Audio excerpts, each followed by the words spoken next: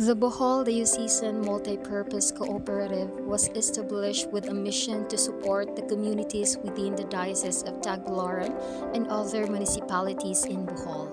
The BDMPC has seen growth significantly and now serving as an open-type cooperative that caters to the entire province of Bohol and beyond.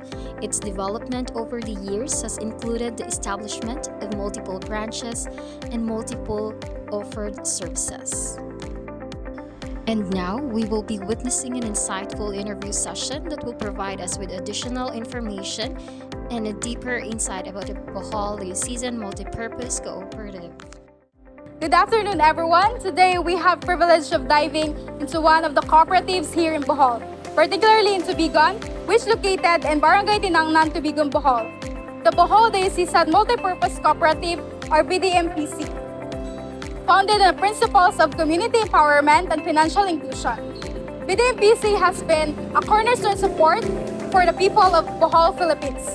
Joining us today is one of the employees from BDMPC who will share insights and overview of their history, VMJs, services, and impact within the community. Without further ado, let's get started. Good afternoon, Ma'am and Sir. We would like to show our gratitude by lending us your time to be the representative of BDMPC as our interviewee for today. So I have here a couple of questions to ask. Let me know, Ma'am, if you're ready. Yes, ready. Sir? Maybe? Ready na ta? Okay. So let me start with, could you provide us with an overview or history of BDMPC and how it was established? Okay. BDMPC established, I think, if kanang iguan ang Bohol Diocesan Multipurpose Cooperative sa imo makita din sa ito ang signage, so na-establish siya ito ang April 15, 1992 wala itong first General Assembly. But before na nigawas ang Bohol Diocesan nga name, so na siya two cooperative nga behind ang name. So ang first cooperative is ang Bohol Diocesan Consumer Cooperative. So na-organize siya I think July 2, 1982. Then, ang isa ka cooperative is ang BCSMPCI, which is I think mga backstagers na siya ang mga member. So, na-organize ko siya itong July 2, 1986. So, mga na silang duha ka-co-op ang na-merge. Then, ang kanisya nga ito, ang cooperative is before nga individual pa sila is kon siya nga close type nga co-op. Thank you for joining us as we explore the mission and services of the Bohol Diocesan Multipurpose Cooperative. How financial services and social initiatives are truly inspiring. If you're in Bohol,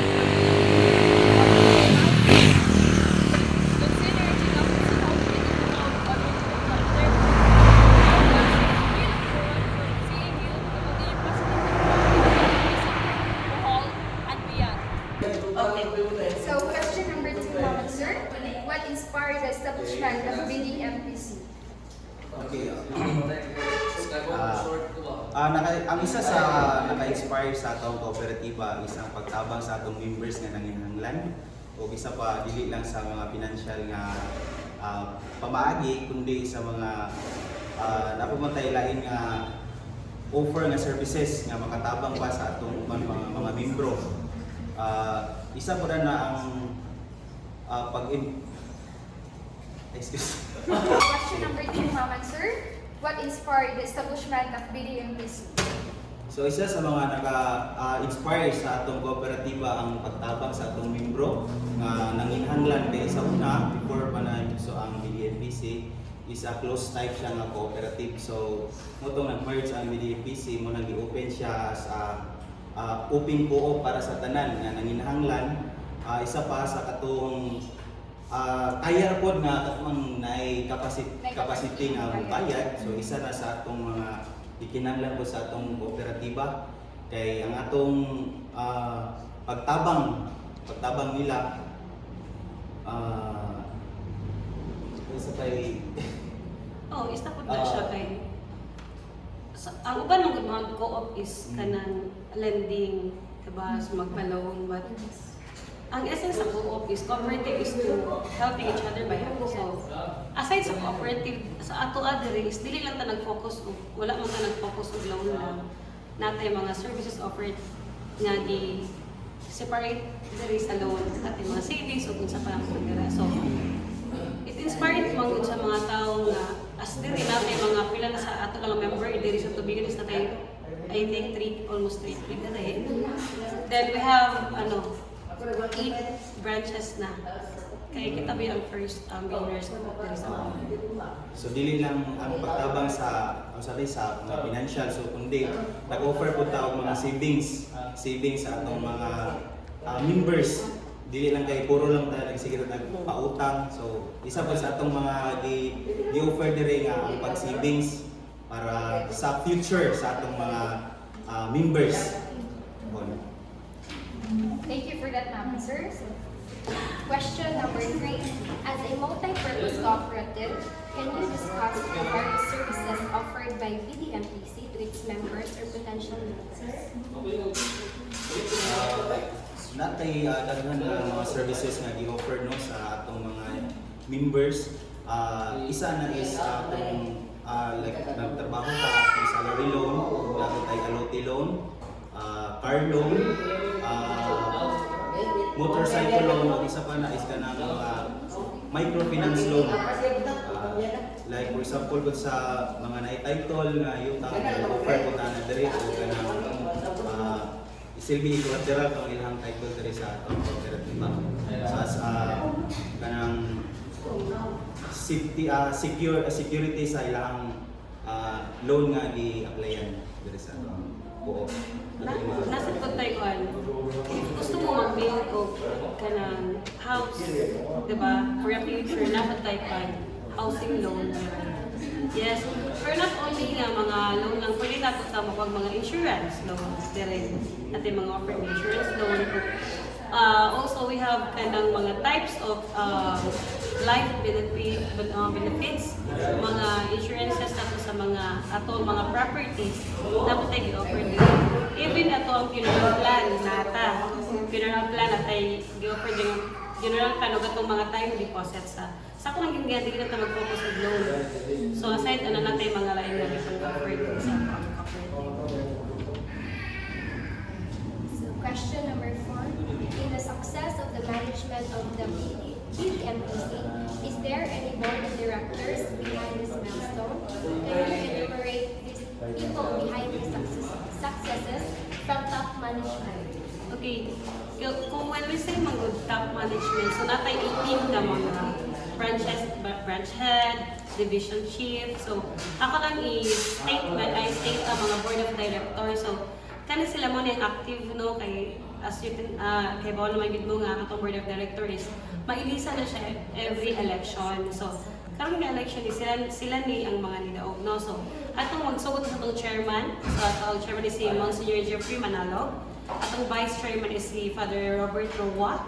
Atong member sa board of director ko is si Father Elias Gabre, si Father Leonard Grado, Father Barcelona Romeo.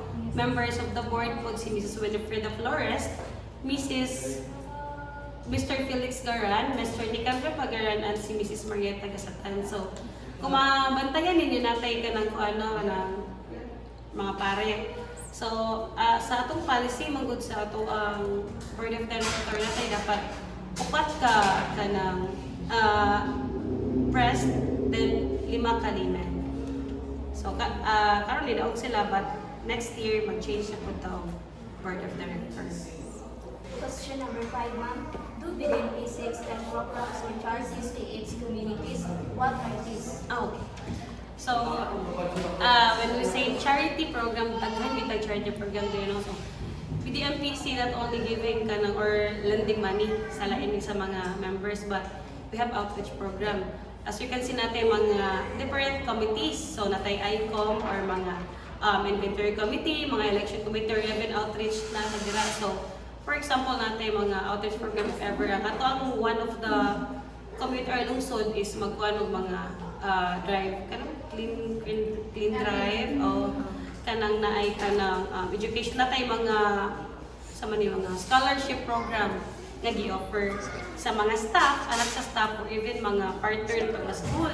natay mga charity diri. So napotay mga bayanihan yung ipangbuhat same sa mga naitabo sa mga kalamidad. So itabang kadto sa atong mga nearby nga mga barangay. So naghatagtag mga grocery at nga time. Napotay mga medical mission. Ug even natay ka ng gawang-gawa nga magtinabangay sa like barangay nga na mga tawag ka nang magpakaon kita sa mga bata. So naata na Feeding. mga feeding program naata na diri.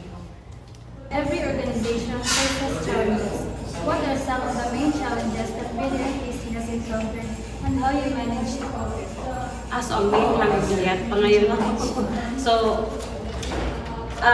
noon naman guro ni Mino nga dili lang ta isa.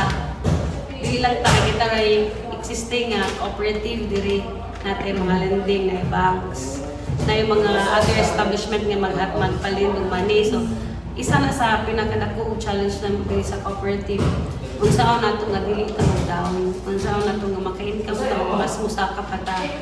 So karon as a result murag nakita man ang mga nag-improve gud ang among cooperative or sa dagan karon. So isa sa among gibuhat ana is to give satisfaction or satisfactory sa mga member.